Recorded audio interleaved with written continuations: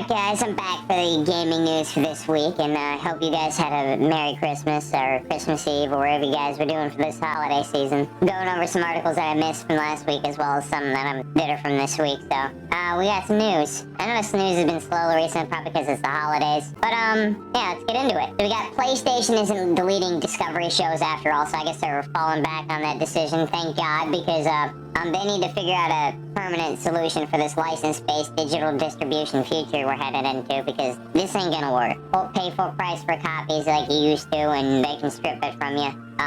Yeah, people are not happy with that. We appreciate your ongoing support and feedback. In a major change in course, PlayStation will no longer delete the Discovery content from PlayStation users' libraries. The gaming giant has previously announced plans to remove Discovery-related content earlier this month. At the time, Sony said due to our content licensing agreements with content providers, you will no longer be able to watch any of your previously purchased Discovery content, and the content will be removed from your video library. It was a shocking moment that dealt a blow to those who prefer to purchase their entertainment digitally instead of physically. Discovery's offerings include the likes of Through the Wormhole with Morgan Freeman, Mythbusters, Tanked, and much more. If Discovery content was being removed, what else was in danger? Yeah, I mean, you guys want this digital future, but yet you don't want to ensure people's purchases. When people pay for full price for something, they expect to, like, have it for the rest of their days until, like, you know, kind of the same as when you bought a disc and you had that thing until it broke. At least the license, like, you own that. You didn't own the license, but you own the physical copy of that, you know. You guys get what I mean.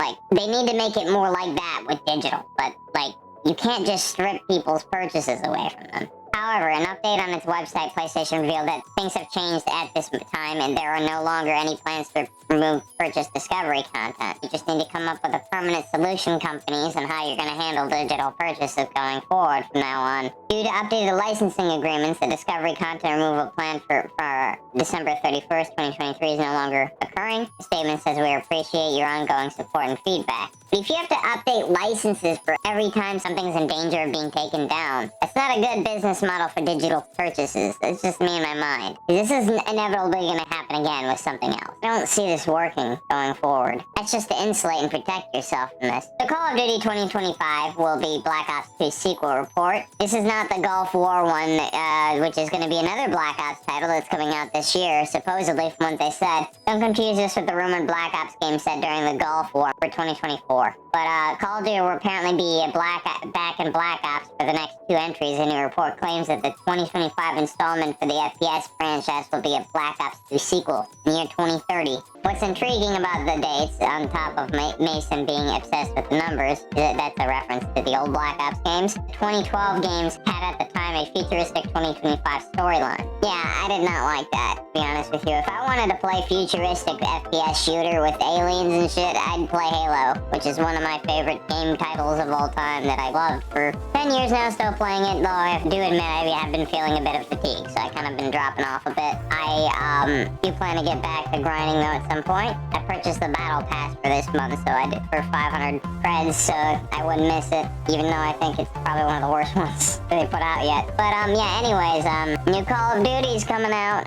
Hopefully they don't screw up Black Ops. Please don't. I have a love-hate relationship with Call of Duty. That's all I gotta say with that. And we have Fallout 76, which has reached 77 million people, is getting lots more content in 2024. So many live services out there. I'll probably get back into it at some point, but Bethesda's Fallout 76 may not have debuted to a fantastic critical reception. That's an understatement. But back in 2018, but the developer has steadily supported and expanded upon the games overall. Over the years to date, it's reached more than 17 million players, so it's not a big surprise to learn that Bethesda is planning even more updates for the online RPG for 2024. You got that new Atlantic City update with a map expansion incoming. Blog post developer John Rush said, we're not done yet. In the spring of 2024, Bethesda will launch another update, Atlantic City, America's Playground, which features a new mission. Players will take on the Jersey Devil in the main mission, another new cryptid, and dig into other story-driven quests, and reach new areas of the world to explore and earn rewards. Late in 2024, Bethesda will add new locations to the map in the south and in Shenandoah Woodlands. This uncharted,